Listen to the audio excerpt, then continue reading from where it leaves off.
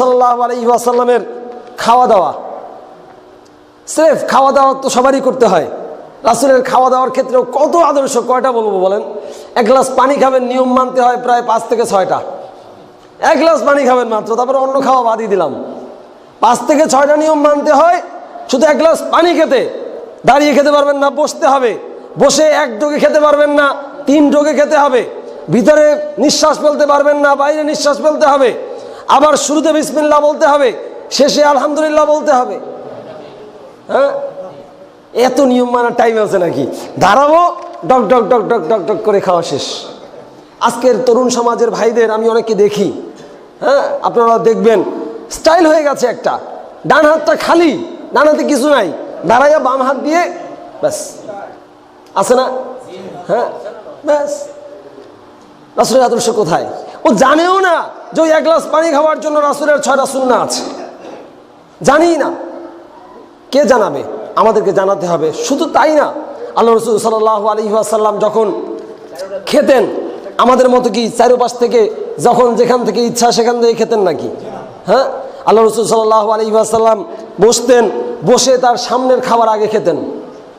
এক গোলামকে, একটা শিশুকে উদ্দেশ্য করে আল্লাহ রাসূল সাল্লাল্লাহু আলাইহি ওয়াসাল্লাম বলছেন, ইয়া গোলাম সাম্মিল্লাহ, খাবার শুরুতে তুমি বিসমিল্লাহ বলো। খাবার শুরুতে কি বলতে হবে? বিসমিল্লাহ বলতে হবে। আর যদি বিসমিল্লাহ বলতে ভুলে যান তাহলে কি বলতে হবে? যখন মনে হবে বিসমিল্লাহি ফি আউয়ালিহি ওয়া আখিরিহি। ক্লিয়ার? আপনি প্রথম ভুলে যেতেই পারেন, কারণ শয়তান তো ভুলানোর জন্য ওস্তাদ। শয়তান প্রত্যেক সময় চাইবে যে আপনাকে যেভাবেই হোক, এই যেখানে যেখানে তাসবিহ তাহলিল যা পড়া দরকার সেগুলো ভুলানোর জন্য।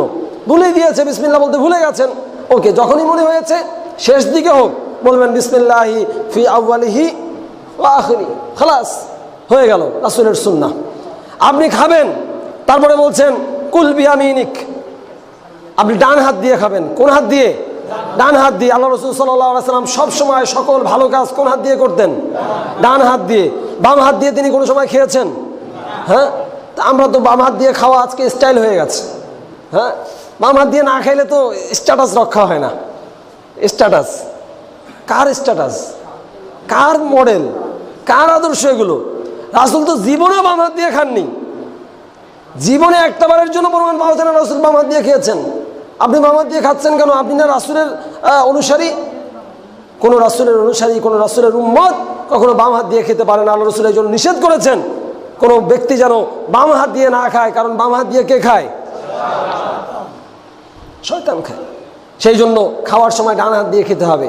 আপনি খাবার আছে 1 প্লেট, আমার খাবার আমি খাবো, যেখান থেকে খুশি সেখান থেকে খাবো নাকি? হ্যাঁ, চলবে না। আল্লাহ রাসূল বলেছে কুল মিম্মা ইয়ালিক, তোমার সামনের অংশ থেকে খাও। আর একজন বসতেন বড় প্লেটে নিয়ে, ওখান থেকে একটু নিলেন, ওখান থেকে একটু নিলেন, এটা মুসলমানের খাওয়ার বৈশিষ্ট্য না। আপনি কুল বিয়ামিনিক, ডান হাত দিয়ে খাবেন। অকুল মিম্মা ইয়ালিক, তোমার সামনে যা আছে সেখান থেকে খাও। খাওয়ার সিস্টেম। খাওয়ার পরে আপনি উঠবেন, আপনি যদি কেউ দাওয়াত দিয়ে খাওয়ায় তার জন্য দোয়া আছে, দোয়া করতে হবে। নিজে খেলে পরে তারপরেও দোয়া আছে, এই দোয়াগুলো আমাদের মুখস্থ করে নিতে হবে। সংক্ষিপ্ত সময় বিস্তারিত বলে যাচ্ছি না। এগুলো হচ্ছে খাওয়ার ক্ষেত্রে রাসূলের সুন্নাহ। এই সুন্নাহগুলো যদি আমরা মানি তাহলে আল্লাহ রাসূলের সুন্নাহ অনুসরণের যে সওয়াব ইনশাআল্লাহ আমরা পেয়ে যাব। খুব কি কঠিন ভাইয়েরা? খুব কঠিন? খাওয়ার ক্ষেত্রে এগুলো মানা কোনো কঠিন না। আমরা চেষ্টা করব রাসূলের সুন্নাহগুলো অনুসরণ করার জন্য।